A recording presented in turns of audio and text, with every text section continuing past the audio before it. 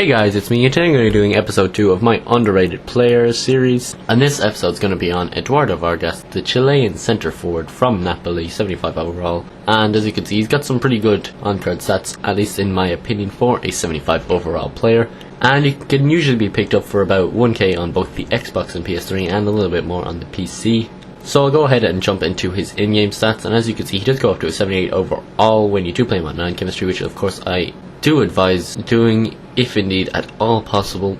And he hasn't got the best skill attributes on the first page. Some of the better ones would be 85 ball control, 86 dribbling, 79 long shots, 81 shot power, 83 volleys. He's got a medium work rate, which is actually quite ideal for a centre forward in my opinion. I usually like centre forwards to have something like that because they don't get too far forward and don't overtake the striker when going on the attack, and also they don't get too far back when you're trying to play on the counter attack. That can happen with some centre forwards, and you end up with, say, a defensive mid at striker, and that is just extremely frustrating. He's also got 4-star weak foot and 4-star skill moves, which are both particularly handy for a player with plenty of pace.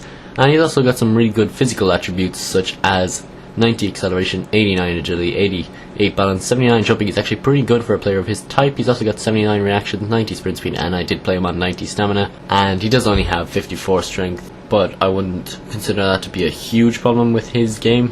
76 attack positioning and only 68 vision, which could potentially put off some people who do want a centre forward who is able to spray the ball around the pitch a little bit more. So anyway, I'll move on to some clips of him playing in game and show you some goals, of course. And this guy was just absolutely a goal machine for me. He makes really good runs. He has the speed dribbler trait, which does mean it's actually a fair amount easier to use the skill dribble with him.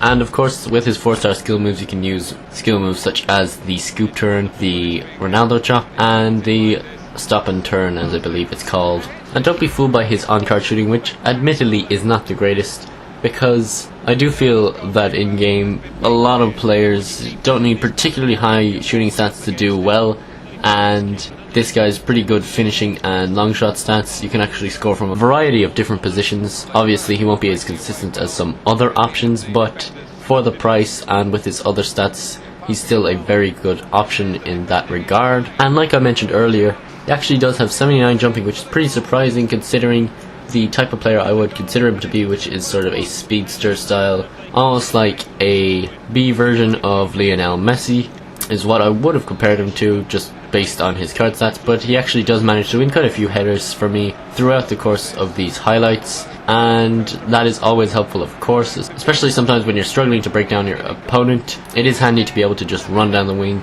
and cross it in, although it is cheap at times. If your opponent has a particularly difficult team to beat, maybe he's much better than you, I don't even know, but for whatever reason it is always handy to be able to do that, and he can provide that. I would suggest playing him behind a bigger striker such as Cavani, as that will allow him to make runs off the striker after the striker does nod the ball down from, say, a goal kick or a clearance, and that is probably when Vargas is at his most effective, because he did score a lot of goals for me, and him and Cavani were a great partnership for me, as you may have seen in the video I made about Cavani.